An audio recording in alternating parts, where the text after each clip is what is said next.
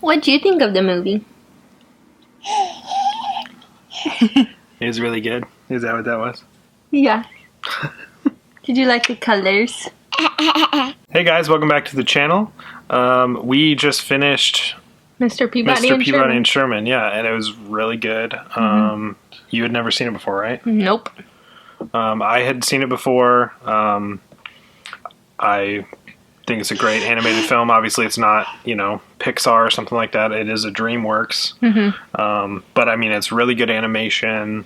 It's like smart, funny. Yeah, there's a lot of intelligent comedy in it where it's, like there's some historical figures and things like that. I mean, there's a lot of kid humor and there's a lot of adult humor. That's masked by kid humor.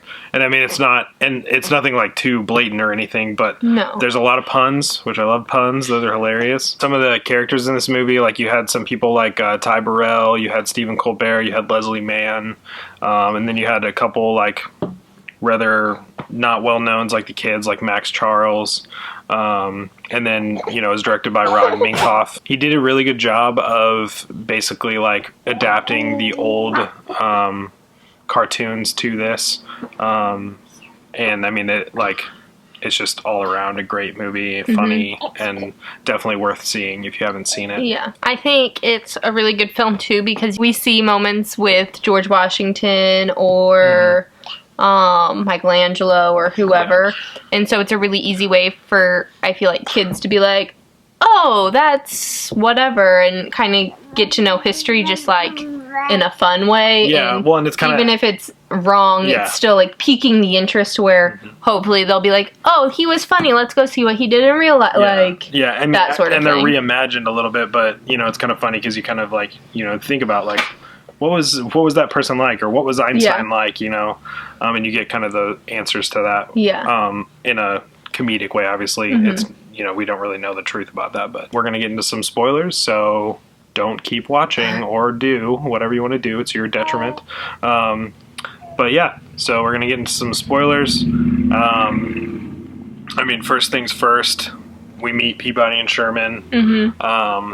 Great chemistry between the two characters. I mean, Mr. Peabody is a dog, Sherman is a boy, and we see the history of them, how Mr. Peabody found Sherman, like with him being in a alley, in a box.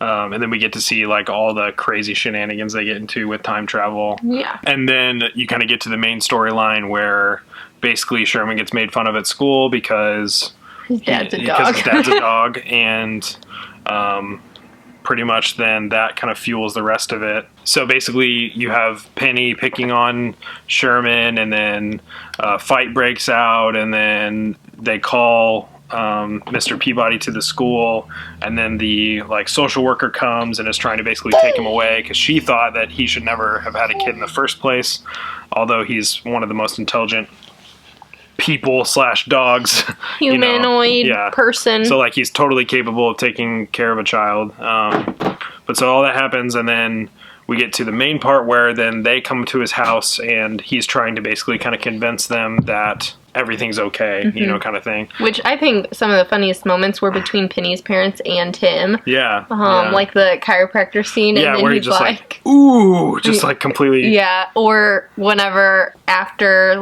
they go back to get him for help, and the dad's trying to throw him off, and he's playing the piano, and he's like, well, it's not any rock and roll, and then he goes through every single instrument possible. Sitar. And obscure ones too, older medieval instruments and all kinds of stuff. And yeah, that's hilarious that he's just mastering all of them. And then you have the whole Sherman and Penny going back in time, and basically she gets stuck in Egypt, and then they have to deal with that. And you meet King Tut, and you meet some other Egyptian people, and then they're trying to figure out how to get her out, after he then comes back to come get her. They play Anubis, and they're up in the dog's mouth, basically, and trying to make it seem like Anubis is mad and was like, I talked to Ra the other day, and he doesn't want them married and stuff.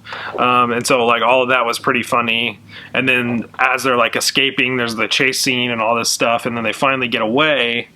And then they lose power and they're not able to get back. And so then there's the whole thing where they then have to go see Michelangelo. Painting Mona Lisa, which I think the Mona Lisa incident where they got her to laugh was the most risque thing.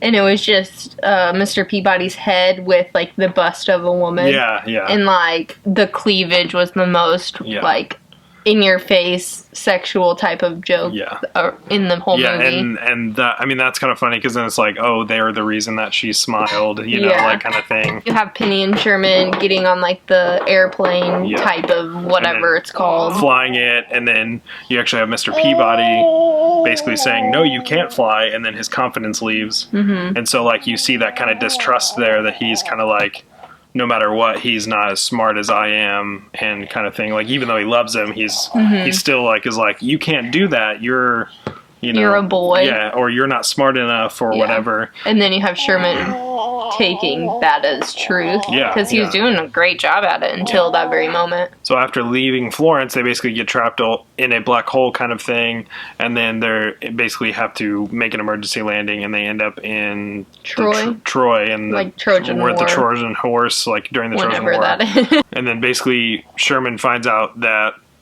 Mr. Peabody and him might get separated because of Miss Grunion or whatever her name is, and basically then he kind of runs off and is like, I'm going to join the army.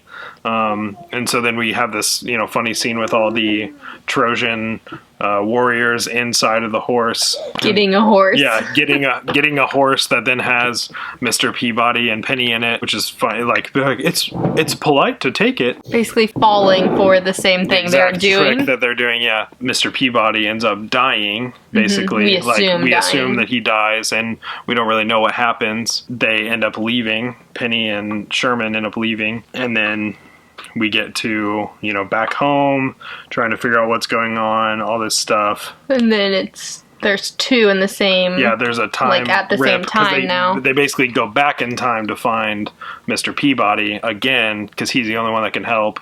And then we then run into trouble with the whole timeline and all that stuff. And then they make a rip in time. More things ensues, and there's a whole big hole.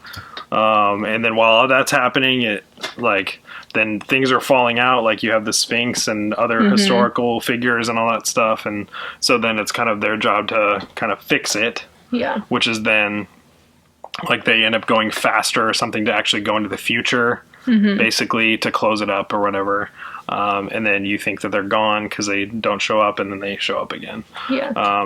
But then you have the ending, which is like one of the cutest scenes, where basically they're on their way to school, and Sherman's the one that's giving Mr. Peabody a lecture about all the things that he needs to do, and then they end up basically saying that they love each other. Yeah, well, earlier in the film, you had Sherman saying, I love you, and Mr. Peabody going, and I have a high regard for you, or something like that. Which is a more eloquent saying it without saying it, and then at the end it was reversed. Yeah, where Sherman said it back, which was funny, but then gave him a hug.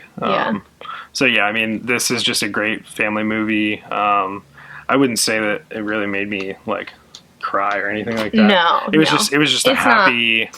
It was a happy, lighthearted movie that's great for kids and families. Yeah. But also, if you don't have a family, it's fun. Yeah, it's a great movie too. So Daddy's gonna mix it up and let you pull one. So we're gonna pull our next movie, and we're gonna have Rosalind pull it. We'll see what she can do. Pick a good one. Oh, she got a bunch. Okay. Take one only. Pick from this. Which one do you want? That one? There it is. Okay. What is it? What is it? Edward Scissorhands. All right, so the next movie we're going to be watching is Edward Scissorhands. So be looking out for that on Wednesday. Other than that, thank you guys for checking it out. We hope she's ready to pull. We don't need every other movie. Thank you guys for checking out our channel, and if you haven't done so, please like and subscribe. You can check out our social listings, and we'll see you on the next one. See you guys.